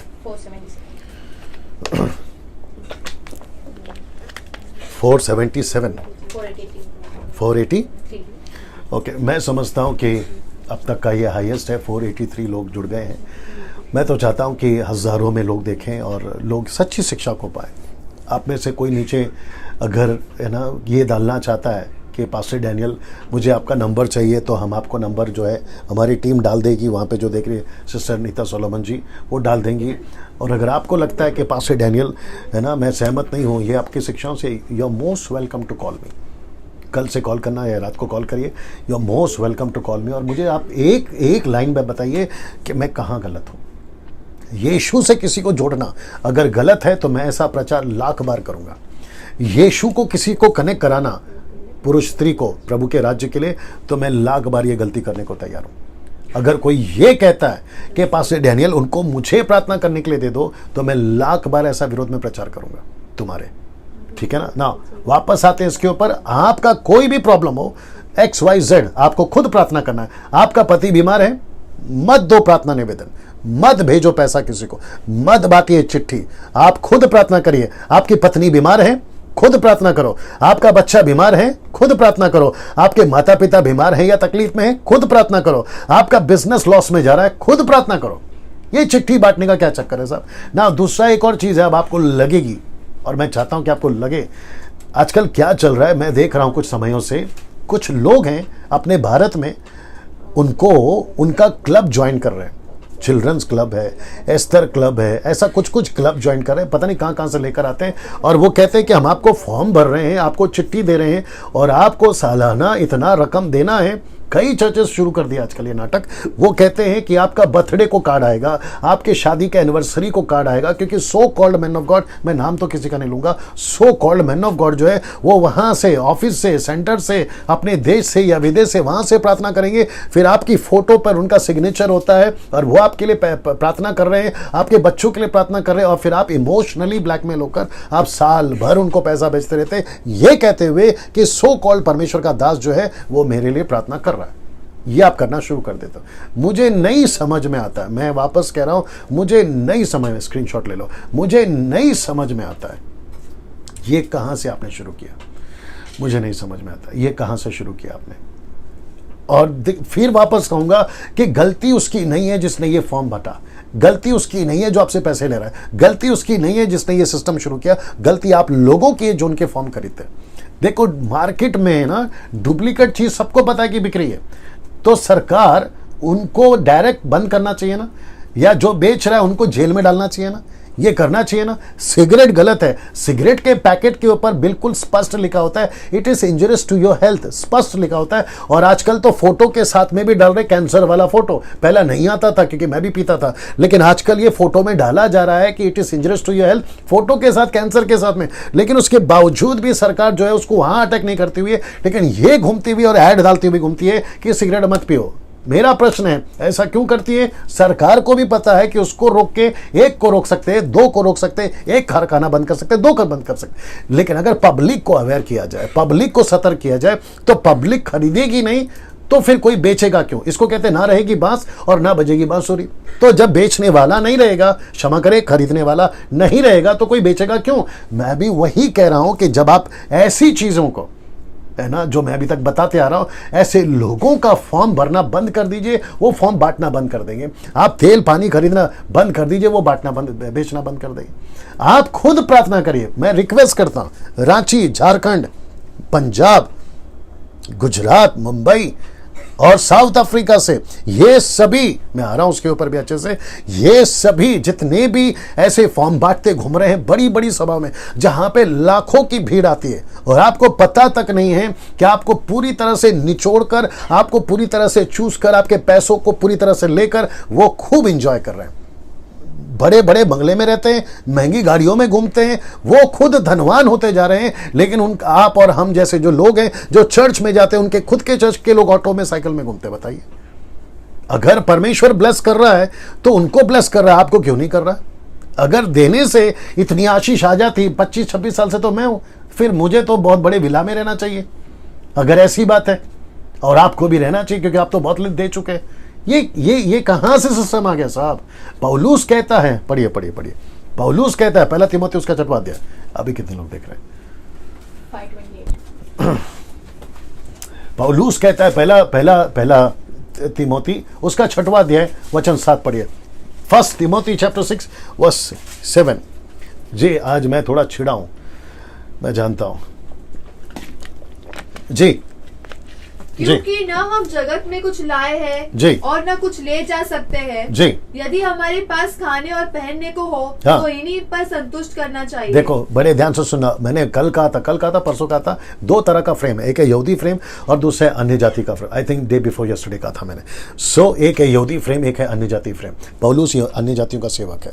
पवित्र आत्मा ने कहा, पौलुस कलीसिया को सिखा, तिमोथी को सिखा, तिमोथी को कहे दूसरे को सिखा कि जो तेरे पास है उसी में संतुष्ट रहे। आपके पास में गाड़ी बंगला है ना, संतुष्ट रहिए। आपके पास में झोपड़ा है ना, संतुष्ट रहिए। आपके पास में 4 वक्त का खाना है, संतुष्ट रहिए। नहीं है तो भी संतुष्ट रहिए। वापस पढ़ना उस लाइन को, जो तेरे पास है। यदि हमारे पास खाने और पहनने को हो तो इन्हीं पर संतोष करना चाहिए। हाँ, आगे। पर जो धनी होना चाहते हैं, बड़े ध्यान से सुनना, जो धनी होना चाहते हैं वे ऐसी परीक्षा और फंदे और वो ऐसी परीक्षा और फंदे और बहुत सारी व्यर्थ और हानिकारक लालसाओं में व्यर्थ फंसते हैं, हानिकारक लालसाओं में फंसते हैं। आगे। जो मनुष्य को बिगाड़ देती जो है। मनुष्य को बिगाड़ देती है। याकूब का किताब उसका 4:2, आई होप सो। याकूब का किताब उसका 4:2, याकूब का किताब उसका 4:2। जी नीता जी वचन डालते जाइए। जी याकूब का किताब उसका 4:2। तुम लालसा रखते हो और तुम्हें मिलता नहीं, हाँ। इसलिए तुम हत्या करते हो। हाँ, तुम दाह करते हो और हाँ। कुछ प्राप्त नहीं कर पाते, हाँ। तो तुम झगड़ते और लड़ते हो। हाँ। तुम्हें इसलिए नहीं मिलता कि मांगते नहीं। हाँ। अब सुनिए। हाँ, तुम मांगते हो और पाते नहीं, हाँ। इसलिए कि बुरी इच्छा से मांगते हो ताकि अपने भोग विलास में उड़ा दे। देखो, तुम मांगते हो, उसको कंप्लीट करना। तुम मांगते हो ताकि अपने भोग विलास में उड़ा दो। नहीं, सेंटेंस का मांगते हो। अच्छा, तुम मांगते हो और पाते नहीं। तुम मांगते हो और पाते नहीं। पाते क्यों नहीं है? क्योंकि प्रभु आपको नहीं देगा। लेकिन आपको मिलता कहां से फिर पैसा? शैतान। याद रखो, ब्लेसिंग्स, आशीष शैतान अभी लेके घूम रहा है मार्केट में, और आपको लगता है कि मुझे प्रभु दे रहा है। आपका पानी जो मीठा हो रहा है ना, आपको लगता है प्रभु कर रहा है। पॉकेट में जो 200 का नोट डबल हो जाता है ना, आपको लगता है प्रभु कर रहा है। आपके रुमाल में, आपके तेल में, आपके पानी में, और आपके हाथ में गोल्ड डस्ट, आपके हाथ में ऑयल, ये सब कहां से आया मुझे नहीं पता, लेकिन ये सब कहते हो मार्केट में शैतान घूम रहा है। यीशु को क्या कहा उसने? लूका 4:4 में, मत्ती 4:4 में उसने कहा सारी दुनिया, या पहला यूहन्ना उसका 5:9 रेडी रखना, पहला यूहन्ना 5:9। यीशु को शैतान ने कहा कि सारी दुनिया मुझे दी गई है, सब अधिकार मेरे पास में, मैं जिसको चाहूं जो दे सकता हूं। मेरी वर्शिप कर, मैं तुझे दे दूंगा। और आपको पता है इल्यूमिनेटीज का जो चर्च है ना, उसका फंडा यही है, अपने सोल को बेच दो, अपने सोल को बेच दो। भारत से कितने सारे सेवकों ने अफ्रीका में जाके, जादू टोनाओं के पास में जाके अपनी आत्माओं को बेच दिया है। और वो जो चमत्कार करते हैं ना, नंबर प्लेट कहां से पता चल जाता है आपको? गाड़ी का, इवल स्पिरिट। आपका फोन नंबर कहां से पता चल जाता है? Evil spirit. बड़े ध्यान से सुनना, ऐसा कोई चमत्कार चर्च में अगर परमेश्वर करता है तो उसके पीछे एक पर्पस होता है, और वो होता है उद्धार का, वो होता है सुसमाचार फैलाने का। ऐसा कोई भी चमत्कार जो बिना किसी पर्पस के हो रहा है, वो शैतान की ओर से। इसलिए पौलुस कहता है, यूहन्ना कहता है, परखो क्या हो रहा है। ठीक है ना? पढ़िए इसको, पहला यूहन्ना 5:9 या 9 पढ़ो। जब हम मनुष्य नहीं 19 5:9, 1 जॉन चैप्टर 5:19 19। जी, हम जानते हैं कि हम परमेश्वर से हैं, लिखा है कि हम जानते हैं कि हम परमेश्वर से। जी, और सारा संसार उस दुष्ट के वश में पड़ा एक है। मिनट, क्या लिखा है? सारा संसार उस दुष्ट के वश में पड़ा है। कौन है ये दुष्ट? लूसीफर। उसके दुष्ट के वश में पड़ा हुआ है। पूरे लोगों को उसने फंसा के रखा है। बाहर तो फंसा है। मत्ती 24:24 जल्दी निकालो। मत्ती 24, मैथ्यू 24:24 देखो क्या लिखा है। जी, मैं ये बीच में इसलिए बोल रहा हूं क्योंकि पवित्र आत्मा अगुवाई कर रहा है। जी, मत्ती 24:24। क्योंकि झूठे मसीह और झूठे भविष्यद्वक्ता उठ खड़े होंगे। देखो कौन उठ खड़े होंगे? झूठे मसीह। आपके मुंबई में, आपके नागपुर में, पूना में, कोल्हापुर में, शोलापुर में, और आपके पंजाब में, और आपके भारत के बाहर जितने भी लोग हैं, उनमें झूठे मसीह उठ खड़े होंगे। कैसे पहचानोगे? पहचानने का वक्त आ गया। आगे। और बड़े चिन्ह और अद्भुत काम दिखाएंगे। यहां तक कि बड़े बड़े चिन्ह दिखाएंगे। आपका पानी मीठा हो जाएगा। बीच में नाटक चल रहा था, मैंने किसी को कॉल करके बोला, यार ये क्या लगा के रखा है? कहता है मेरी मीटिंग में पानी मीठा हो गया। मैंने उसको तुरंत कॉल लगा। अगर वो देख रहा है तो वो समझ जाएगा मैं किसकी बात कर रहा हूं। पानी को मीठा करने के पीछे मकसद क्या है? अच्छा, मीठा किसको करके दिखा रहे हैं? जो विश्वासी हैं। इसके पीछे पर्पस क्या है? आप तेल बोलते हैं, बाइबल में से तेल निकल रहा है, उसका तेल लाकर बॉटल में से भर भर कर लोगों के सर पे लगा रहे हैं। आपको क्यों चाहिए ये सब एक्टिविटीज? ये कहां से आ रहा है? सर सोच के देखिए, ये सारा गड़बड़ जो चल रहा है। यहां सब ठीक है? जी, इसको पढ़िए, कंप्लीट करो। हाँ, कि यदि हो सके तो चुने हुओं को भी बरमा दे। Okay, the English word is even the elected ones will be deceived. मतलब चुने हुए तक को फंसा देगा। तो ये चुने हुए कौन है जिसको आपने फेवरेट बना के रखा है? ये चुने हुए कौन है? जो सो कॉल्ड आपका पास्टर है या फिर इंटरनेशनल पास्टर है, वो तक को भी लिखा है कि फंसा देगा। इसलिए हम कहते हैं, शुरू से कह रहे हैं कि किसी को पापा मत बनाइए, किसी को अपना फेवरेट मत बनाइए, यीशु को फेवरेट बनाइए, यीशु को पापा बनाइए और यीशु को फॉलो करिए। अब यहां तक कि डैनियल राज, आप जब मुझे सुनते ना, चेक करिए मैं क्या प्रचार कर रहा हूं। मैं विदाउट स्क्रिप्चर बात नहीं करता, पहली बात ये बता दो। मैं हर जगह पे स्क्रिप्चर रखता हूं। इसलिए वापस कहता हूं, मैं मुद्दे पर आ रहा हूं क्योंकि वक्त का भी ध्यान रखना है। इन सभी चीजें, आपका कोई भी प्रॉब्लम हो आप खुद प्रार्थना करें। आपका पति बीमार है, जितनी बहनें हैं मैं उनसे बोलना चाहता हूं, किसी को प्रार्थना निवेदन है। आपका पति 7 साल से 14 साल से 25 साल से विश्वासी नहीं है, कोई बात नहीं, खुद प्रार्थना करो। किसी को जरूरत नहीं है बात कर देने की। अभी तक नहीं हुआ तो फिर अब क्या हो जाएगा बताइए? आपका 5-10 साल में आपने कितनी प्रार्थना निवेदन बांटी, तब नहीं हुआ तो अब क्या हो जाएगा? आपको प्रभु सिखा रहा है कि तुम बैठो प्रार्थना में, आप लड़ो ना प्रभु से। आपका पिता है ना वो। आप आपके बच्चे जब आपसे कुछ मांगते हैं, अगर आप नहीं देते हैं तो क्या वो पड़ोस में जाके मांगते हैं? क्या लगा के रखा है? आप सोच के देखिए, आपका परमेश्वर है ना, तो आपने खुद ही प्रार्थना करना चाहिए। प्रभु से बोले, प्रभु मैं आपकी बेटी हूं, बेटा हूं, मैं आपका बच्चा हूं, मुझे प्रार्थना को उत्तर दे। पति बीमार है, खुद प्रार्थना करो। पत्नी बीमार है, खुद प्रार्थना करो। बच्चों का समस्या है, खुद प्रार्थना करो। माता पिता का समस्या है, खुद प्रार्थना करो। आपका बिजनेस लॉस हो गया है, वीजा नहीं बन रहा है, आपका XYZ है, आपका जो भी कर्जा है, खुद प्रार्थना करिए। दूसरों को प्रार्थना निवेदन देना बंद कर दीजिए। ये क्लियर, क्रिस्टल क्लियर स्टेटमेंट है मेरा। आंसर है नहीं देना प्रार्थना निवेदन किसी को, खुद प्रार्थना करिए, ये प्रभु चाहता है ना। इसको देखिए, अभी कितने लोग जुड़ गए? 50। ओके, इसको देखिए, ये जो चित्र है, अब आपके ऊपर ये जो वचन आ रहा है, मत्ती 5:14, क्या लिखा है पता है? तुम जगत की ज्योति हो। एक विश्वासी, एक पास्टर, एक इवेंजलिस्ट, एक Bible teacher, convention speaker, worshipper, musician, प्रभु का जो भी करते हैं, हम जितने भी दास दासी, बेटा बेटी, पूरे भारत के 29 राज्य और भारत के बाहर, आप लोग क्या हैं? जगत की ज्योति हैं। अब इसको देखिए, क्या ज्योति को रोशनी देती है? कैसा लगेगा एक ज्योति दूसरे ज्योति को बोलता है, मैं तुझे रोशनी देता हूं, या तू मुझे रोशनी दे। ये ऐसा हो सकता है? बताइए, नहीं हो सकता। इसका मतलब है यीशु ने कहा कि तुम जगत की क्या हो? ज्योति हो। अगर आप जगत की ज्योति हैं तो दूसरों को रोशनी दो ना। आप दूसरों से रोशनी ले क्यों रहे हो? अगर आप जगत की ज्योति हैं तो आप दूसरों को क्यों कहते हैं कि मुझे तेरी रोशनी दे या मेरी रोशनी तू ले? आप जितने ज्योति हैं या जितने रोशनीदार हैं, उतना ही वो पास्टर भी है। जितना पास्टर रोशनीदार है, उतना ही उसका चर्च रोशनीदार है। ये क्यों नहीं सिखाते साहब आप लोग? मुझे नहीं समझ में आता।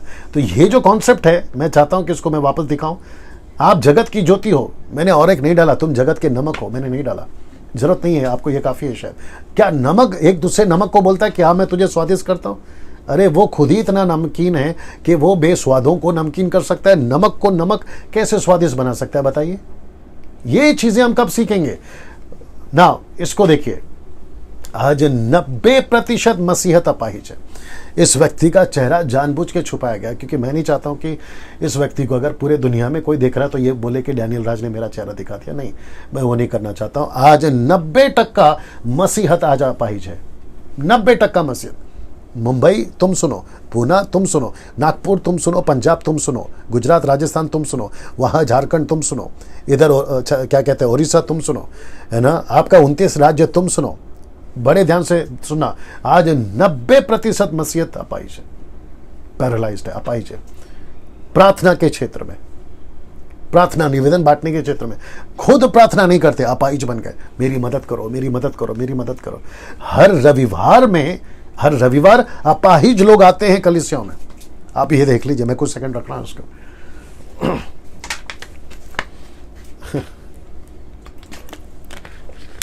मैं पूछना चाहता हूं कि आप लोग शेयर कर रहे हैं उसको? शेयर करिए प्लीज। ये सच्ची शिक्षा लोगों में वायरल की तरह फैलने पाए, वायरस की तरह फैलने पाए, क्षमा करें। ये सच्ची शिक्षा, जैसे कोरोना फैल रहा है ना, इसको फैलाइए वायरस की तरह। हर एक के व्हाट्सएप पे ये इसका लिंक हो, हर एक के फेसबुक पे ये टीचिंग हो, हर एक के यूट्यूब पे लोग जो है इसको देखने पाए। ये खरी शिक्षा, ये खरी शिक्षा। मेरी यही कोशिश है, जो कि 22 मार्च से हम खूब जोरों से इसको चलाएंगे। और जितने लोग 22 मार्च को, क्योंकि आज सरकार ने, मोदी साहब ने आज वैसे भी डिक्लेयर कर दिया कि रविवार जो है वो क्या कहते हैं, सेल्फ बंदी, मतलब भारत बंदी नहीं, सेल्फ बंदी, खुद को बंद कर लो दरवाजे में, सॉरी घर के अंदर, ऐसा आज उन्होंने न्यूज़ में बोला है। तो मैं 22 तारीख को आऊँगा, वक्त क्या है मैं वो भी बताऊंगा, हो सकता है कि सैटरडे को मैं वक्त बताऊंगा। सो वापस आते हैं। आज 90% मसीहत अपाहिज है। प्रार्थना के क्षेत्र में हर रविवार अपाहिज लोग आते हैं कलीसिया में, हर रविवार अपाहिज लोग आते हैं ना। इसको देखिए, बड़े ध्यान से सुना, मैं चाहता हूं इसको पढ़ो सलोमी। यूहन्ना 14:16 जी। और मैं पिता से विनती करूंगा और वह तुम्हें एक और सहायक देगा कि वह सर्वदा तुम्हारे साथ रहे। रिपीट करिए। और मैं पिता से विनती करूंगा जी। और वह तुम्हें एक और सहायक देगा कि वह सर्वदा तुम्हारे साथ रहे। ओके, ना इंग्लिश वर्ड जो है वह है हेल्पर। इंग्लिश जो शब्द है वो क्या है? हेल्पर है वो, ठीक है ना। ना बड़े ध्यान से सुनिएगा, ग्रीक वर्ड फॉर हेल्पर, सहायक, मैं आपको बताता हूं क्या है। वो है पाराक्लेटोस। मैं रिपीट करता हूं, पाराक्लेटोस। पाराक्लेटोस का जो मतलब है, meaning of the parakletos, one who comes alongside साइड। मैं रिपीट करता हूं, पाराक्लेटोस ये ग्रीक वर्ड है, आप चाहिए तो ढूंढ लीजिए, और इसका मतलब है one who comes alongside side, मतलब पवित्र आत्मा आपको दिया जाएगा। उसका ये बंद कर दो, टर्बो। वापस आते हैं जी जी, वापस आते हैं। अभी यहाँ पे कितने लोग हैं? 515। ओके, मैं रिपीट करता हूँ, अगर आप लोगों ने शेयर करना नहीं की शुरू किया तो करना शुरू करें, और है ना, जो लोग मेरे पेज को लाइक नहीं किए हैं तो लाइक करना शुरू करें, यूट्यूब के सब्सक्राइबर नहीं बने हैं तो बनना शुरू करें। और वापस कहता हूं, जो लोग अभी जुड़े होंगे, शायद मैं सोशल मीडिया से पैसे नहीं कमाता, बिल्कुल फ्री करता हूं, ठीक है ना। वापस आते, लिखा है कि मैं पिता से विनती करूंगा, वो तुम्हें एक सहायक देगा, वह सर्वदा तुम्हारे साथ रहेगा। और इसका ग्रीक वर्ड जो है, इंग्लिश वर्ड है हेल्पर और ग्रीक वर्ड है पाराक्लेटोस। पाराक्लेटोस का मतलब है one who comes alongside side, मतलब एक ऐसा परमेश्वर, एक ऐसा पवित्र आत्मा जो ट्राइयून गॉड का थर्ड पर्सन है, वो कहता है कि मैं तेरे साथ आऊंगा। मेरा एक प्रश्न है, अगर परमेश्वर ने आपको पवित्र आत्मा दिया है, बड़े ध्यान से सुनना, अगर आपको परमेश्वर ने पवित्र आत्मा दिया है जो तुम्हारे साथ चलेगा, तुम्हारे साथ चलेगा, तो फिर आपको हम जैसे सेवकों की प्रार्थना की जरूरत क्यों है? आप हमसे टीचिंग लीजिए, क्या है पढ़ना, हमारी सेवकों की जरूरत क्या, मैं बताता हूँ आपको। चर्च के पास्टर की क्यों जरूरत है, इसके ऊपर फिर कभी बात करूंगा। एक चर्च को, एक विश्वासी को पास्टर क्यों चाहिए, लेकिन अभी उसका एक छोटा सा बता देता हूँ। पहला तिमोथी 5:17, पहला तिमोथी 5:17, फर्स्ट तिमोथी चैप्टर 5:17 जी। आपको एक पास्टर की और एक टीचर की, एक प्रीचर की, डैनियल राज जैसे की, जो फेसबुक और यूट्यूब पे आते हैं, प्रीचर्स की जरूरत क्यों है, वो सुनिए आप जी। पहला तिमोथी 5:17 जी। जो प्राचीन अच्छा प्रबंध करते हैं, जो प्राचीन, प्रेस्बिटेरियन, बिशप, पास्टर, डिक्कन, वो चाहे पुरुष और स्त्री हो। मैं और एक चीज क्लियर कर देता हूं, अगर किसी ने ऐसी वीडियो बनाई जो कहता है कि औरत पास्टर नहीं बन सकती, स्त्री पास्टर नहीं बन सकती, उसको एक ही चीज पूछो कि कहां लिखा है कि स्त्री, स्पेसिफिक वर्ड चाहिए, लिखित में चाहिए, रेफरेंस स्पष्ट चाहिए, जहां लिखा हो कि औरत पास्टर नहीं बन सकती। ऐसे के सवाल पूछो, अगर वो नहीं दिखा सका उसको अनसब्सक्राइब करिए। मैं रिपीट करता हूं, उसको अनसब्सक्राइब करिए, मत फॉलो करिए, क्योंकि ऐसे लोग बहुत पिटे जाएंगे स्वर्ग में। मैं रिपीट करता हूं, याकूब 3:1 नहीं पढ़वा रहा हूं, जहां पे लिखा है सबसे ज्यादा दोषी प्रीचर लोग होंगे, टीचर लोग होंगे, जो उल्टी सीधी आउट ऑफ कॉन्टेक्स्ट सिखाते हैं। मैं रिपीट करता हूं, चाहे पुरुष हो या स्त्री हो, क्योंकि यहां पर नहीं लिखा है कि पुरुष और स्त्री की बात हो रही है, और उल्टी सीधी बातें नहीं सिखाया जाए। जिसको 18 पता है उसको 17 नहीं सिखाते हैं, ठीक है ना। स्टडी करिए, चर्च बैकग्राउंड रखिए, पवित्र आत्मा को रखिए। जो उल्टे सीधे सिखाते हैं, मैं आऊंगा उसके ऊपर भी, उनका चर्च बैकग्राउंड नहीं रहता है, बकवास करते हुए घूमते फिरते हैं, उनका चर्च बैकग्राउंड नहीं है, मिनिस्ट्री में नहीं है, फील्ड में नहीं है, और ऐसे लोग उल्टी सीधी बकवास करते रहते हैं। मैं वापस चाहता हूं कि इसको पढ़े जी। जो प्राचीन अच्छा प्रबंध करते हैं जी, विशेष करके वे जो वचन सुनाने और सिखाने में परिश्रम करते हैं जी, 2 गुने आदर के योग्य समझे जाए। तो कौन से लोग आदर के योग्य गिने जाए? गलतियों 6 से निकाल के रखना। कौन से लोग आदर के योग्य गिने जाए? जो वचन की शिक्षा देते हैं, और 1 नहीं 2 गुने। तो आपको पास्टर इसलिए चाहिए जो आपको अच्छे से परमेश्वर की वचन को फीड कराए। यूहन्ना 10:10 में यीशु ने, यूहन्ना 10वें अध्याय में यीशु ने क्या किया, पूरा चैप्टर क्या कहता है, मेरी भेड़ मेरी आवाज सुनेगी। इसका मतलब क्या है? यीशु चाहता है कि मेरी भेड़, यानी तुम जो बैप्टिस्ट हो, Pentecostal, charismatic, Lutheran, Brethren, Catholic, आप जो भी हैं उसको यीशु की आवाज सुनाइए, इसलिए आपको वहां रखा है। आप दुनिया की आवाज क्यों सुना रहे? आप अपनी मनमानी क्यों सुना रहे? आप वचन सुनाइए ना, क्योंकि भेड़ को हरा घास चाहिए, तुम्हारा तरीके वाला घास नहीं चाहिए। यीशु की आवाज सुनेगी, इसलिए लिखा है मेरी भेड़ मेरी आवाज सुनेगी। तो पास्टर का काम है चर्च को अच्छे से फीड करे, कॉन्टेक्स्ट में फीड करे, वचन से फीड करे, परमेश्वर के वचन की शिक्षा दे। इसलिए पास्टर चाहिए, इसलिए लीडर चाहिए, एवेंजलिस्ट चाहिए, इसलिए बाइबल टीचर चाहिए, हम जैसे जो सोशल मीडिया पे आते हैं वो चाहिए। और मेरी कोशिश 5-6 साल से यही है कि हम आपको अच्छा खाना खिलाएं, सही खाना खिलाएं, कॉन्टेक्स्ट में खाना खिलाएं, संदर्भ में खाना खिलाएं। इसको सुनिए, गलतियों 6:6 जी जी। जो वचन की शिक्षा पाता है, जो वचन की शिक्षा पाता है, यानी आप लोग जो वचन की शिक्षा पाता है, वह सब अच्छी वस्तुओं में वह सब अच्छी वस्तुओं में सिखाने वाले को भागी करे। इसका मतलब है मुझे आपको भागी क्यों करना है? डैनियल राज बहुत अच्छा सिखाते हैं, नो। डैनियल राज बहुत अच्छा बोलते हैं, नो। आपको मेरे साथ इसलिए जोड़ रहा हूं या जुड़ना है क्योंकि हम आपको वचन की शिक्षा दे रहे हैं, और वो भी सही शिक्षा दे रहे, कॉन्टेक्स्ट में दे रहे। मेरा ओपन चैलेंज है, वो भारत का हो या भारत के बाहर का हो, मेरा ओपन चैलेंज है आपको। मेरा एक भी स्टेटमेंट को आप आउट ऑफ स्क्रिप्चर या आउट ऑफ कॉन्टेक्स्ट का स्क्रिप्चर से आप मुझे गलत साबित करके बताइए। मैं फिर से कहता हूं, मैं एक भी स्टेटमेंट विदाउट स्टडी नहीं देता। अगर मैं स्टडी के साथ दे रहा हूं तो मैं इतनी जोर से इसलिए बोल पा रहा हूं। मैं वापस कहता हूं, आप मुझे गलत साबित करके बताइए, मेरा एक भी वचन उठाकर साबित करके बताइए, फिर देखते क्या होता है ना। इसको देखिए, रोमियो की किताब उसका 8:26 क्या कहता है जी, इसको पढ़िए। इसी रीति से आत्मा भी हमारी दुर्बलता में सहायता करता है, क्योंकि हम नहीं जानते कि प्रार्थना किस रीति से करना चाहिए, परंतु आत्मा आप ही ऐसा आहे भर भर कर जो बयान से बाहर है हमारे लिए विनती करता है। ना आपको अगर थोड़ा सा भी पता होगा कि मैंने अभी कहा कि आपको किसी का साथ मिला है, एक ऐसा व्यक्ति का साथ मिला है जिसका नाम है यीशु। इसको हम काउंसलर भी बोल सकते हैं, पवित्र आत्मा को हम काउंसलर भी बोल सकते हैं, एडवोकेट भी बोल सकते हैं, सलाहकार भी बोल सकते हैं, कंफर्टर भी बोल सकते हैं, जो कि इंग्लिश वर्ड्स हैं, एम्पलीफाइड वर्जन से मैंने लिया हुआ था, मैंने यहाँ नहीं डाला, बट मुझे ये अच्छा लगा, one who comes alongside side, मतलब एक ऐसा परमेश्वर, एक ऐसा पवित्र आत्मा जो आपके साथ में आता है और वो आपको क्या सिखाता है। जरा शब्द पे ध्यान दीजिए, जिसको मैंने येलो में जो है लिखा है, क्योंकि हम नहीं जानते कि प्रार्थना किस रीति से करना चाहिए। आप नहीं जानते तो पवित्र आत्मा आपको क्या करेगा? पास्टर का नंबर नहीं देगा, आपको किसी एवेंजलिस्ट का नंबर नहीं देगा, इंटरनेशनल का नंबर नहीं देगा। वो कहता है कि परंतु आप ही ऐसी आएं भर कर जो बयान से बाहर है तुम्हारे लिए विनती करेगा। इसका मतलब है कि वो तुम्हारी सहायता करेगा कि तुम उसके साथ में प्रार्थना करो। आपको खुद करना है सर, यही तो मैं बता रहा हूं। और ये जो है ना, ये कोई ऐसी भाषा वाली प्रार्थना नहीं है। आपकी हिंदी, मराठी, तेलुगु, तमिल, गुजराती, जो भी आप भाषा करते हैं, पंजाबी, उसमें आप प्रार्थना कर सकते हैं, ठीक है ना। अब इसको देखिए, पहला यूहन्ना 5:14, मैं समाप्ति पर भी आ गया हूं, आज थोड़ा 1.5 घंटा चल रहा है शायद, जो कि पहला यूहन्ना 5:14 कहता है, और हमें उसके सामने जो हियाव होता है वह यह है। आइए देखते क्या है। कहता है कि यदि हम उसकी इच्छा के अनुसार, तो आपकी हर एक पिटिशन, प्रार्थना, निवेदन किसकी इच्छा होना चाहिए? प्रभु की होनी चाहिए। आप अपनी इच्छा से नहीं, मेरे पड़ोसी का सत्यानाश हो, ये प्रार्थना नहीं कर सकते। मेरे पार्टनर का, जो बिजनेस पार्टनर है, वो ट्रक के नीचे कुल जाए, ऐसी प्रार्थना आप नहीं कर सकते। मैं तलाक देना चाहता हूँ, ये प्रार्थना नहीं कर सकते, है ना। ऐसा हो जाए, वैसा हो जाए, नहीं। आपको परमेश्वर की इच्छा के अनुसार प्रार्थना करना है। फिर जो कुछ मांगते हैं तो वो हमारी सुनता है। तो किसकी इच्छा? परमेश्वर की इच्छा।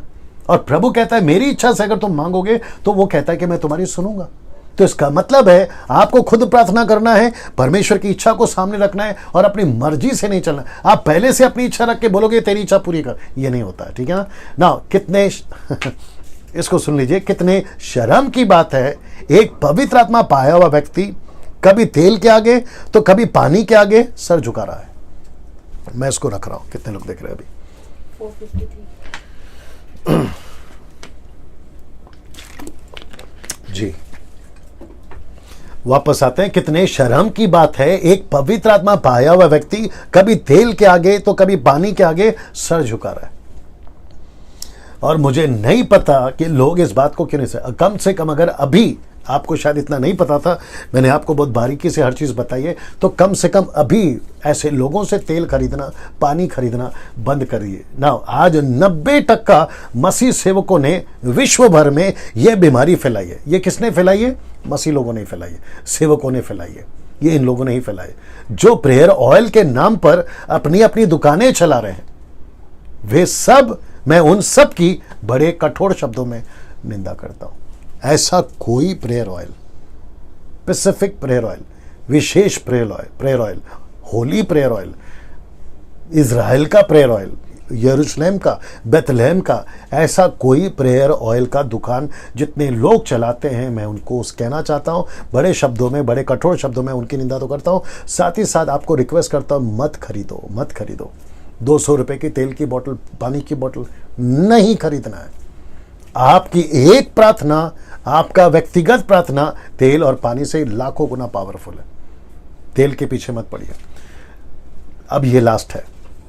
जी हाँ, हमें प्रार्थना करनी चाहिए सुसमाचार के लिए, कलीसियाओं के लिए, सेवकों के लिए, नए लोगों के लिए, बीमार लोगों के लिए, अविश्वासियों के लिए, अपने परिवार के लिए, देश के लिए। आप खूब प्रार्थना करिए, क्योंकि पौलुस की प्रार्थना निवेदन यही होती थी। कुलुस्सियों 4:3 कहता है, और इसके साथ ही साथ हमारे लिए भी प्रार्थना करते रहो कि परमेश्वर हमारे लिए वचन सुनाने का ऐसा द्वार खोल दे कि हम मसीह के उस भेद का वर्णन कर सके जिसके कारण मैं कह दी हूं। ये होती थी पौलुस की प्रार्थना। पतरस जब जेल में था तो कलीसिया ने प्रार्थना करी, प्रेरितों का 12:5 में। सो बंदीगृह में पतरस की रखवाली हो रही थी, परंतु कलीसिया उसके लिए लौ लगाकर प्रार्थना कर रही थी। ये होता था पहली से फर्स्ट सेंचुरी चर्चेस में। लेकिन आजकल 21st सेंचुरी में क्या चल रहा है? व्यक्तिगत प्रार्थना, मेरे लिए प्रार्थना, मेरा ये, मेरा वो ना। मैं वापस, अभी यहाँ पे ये लास्ट है, मैं समाप्त कर रहा हूँ, तो मैं वापस कहता हूँ कि ऐसा किसी प्रकार का, कहाँ गया, ऐसा किसी प्रकार का प्रेयर ऑयल नहीं खरीदना है।